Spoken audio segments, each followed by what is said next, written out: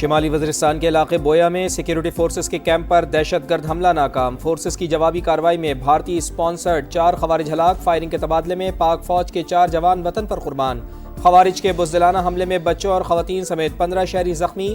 ISPR کے مطابق خوارج نے بارود سے بھری گاڑی بیرونی دیوار سے ٹکرائی۔ قریبی شہری آبادی اور مسجد کو نقصان پہنچا۔ حملے کی منصوبہ بندی افغانستان میں موجود خوارج نے کی۔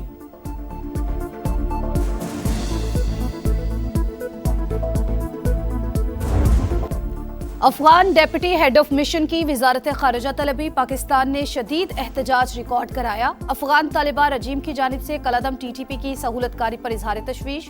افغان سرزمین سے دہشت گردی ناقابل قبول قرار۔ دہشت گرد گروپوں کے خلاف فوری اور قابل تصدیق کارروائی کا مطالبہ۔ دفتر خارجہ کے مطابق افغان طالبان رجیم بین الاقوامی برادری سے کیے وعدوں کی خلاف ورزی کر رہا ہے۔ دہشت گردی کے خلاف جنگ۔ اقوام متحدہ کا پاکستان کی قربانیوں اور کوششوں کا برملا اعتراف۔ افغانستان سے سرحد پار دہشت گردی سنگین خطرہ قرار۔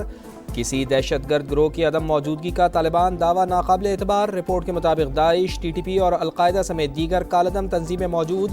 2025 میں کالعدم TTP نے پاکستان میں 600 حملے کیے۔ فوج سے منسلک اداروں اور چینی سرمایہ کاری کے منصوبوں کو بھی نشانہ بنایا۔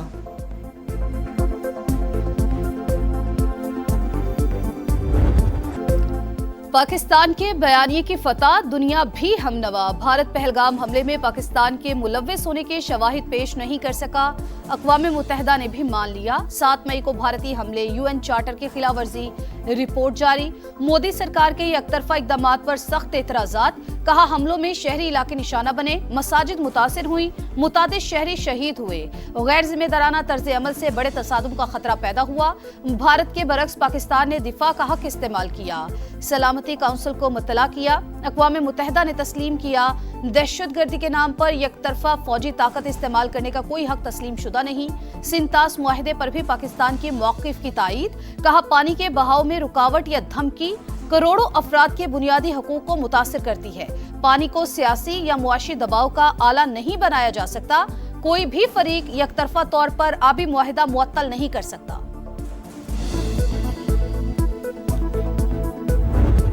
India's unilateral abeyance of the Indus Water Treaty in gross contravention of international law will not compromise on the existential water rights of its people.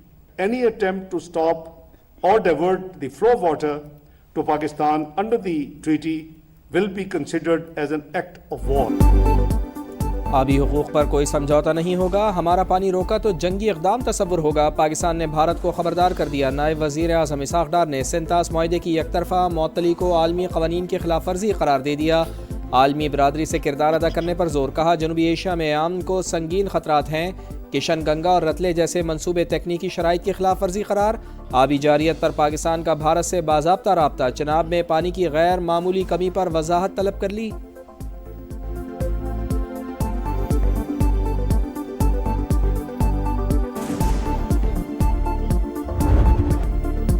بنگلہ دیش کے نوجوان سیاسی رہنما عثمان ہادی کا جسد خاکی ڈھاکہ پہنچا دیا گیا۔ نماز جنازہ کل ہوگی۔ شاہ باغ میں ہزاروں افراد کا احتجاج۔ دارالحکومت بھارت مخالف نعروں سے گونج اٹھا۔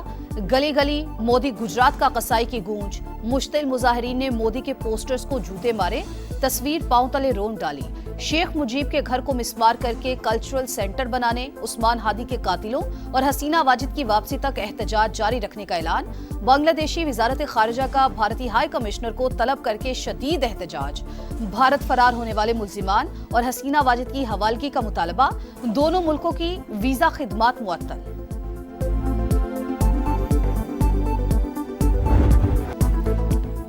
9 مئی کے ایک اور کیس کا فیصلہ۔ شاہ محمود قریشی بری، یاسمین راشد، میاں محمود الرشید، اعجاز چودھری اور عمر سرفراز چیمہ کو 10 سال قید کی سزا۔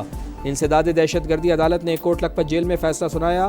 عدالت نے 13 ملزمان کو بری کیا۔ پروسیکیوشن نے 41 گواہان پیش کیے۔ ٹرائل میں 4 ملزمان کو اشتہاری قرار دیا گیا۔ شاہ محمود قریشی اب تک 9 مئی کے 5 مقدمات میں بری ہو چکے۔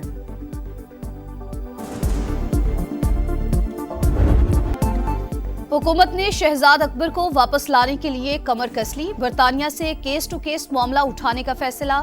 تمام مقدمات اور عدالتی کارروائیوں کی تفصیلات فراہم کر دی۔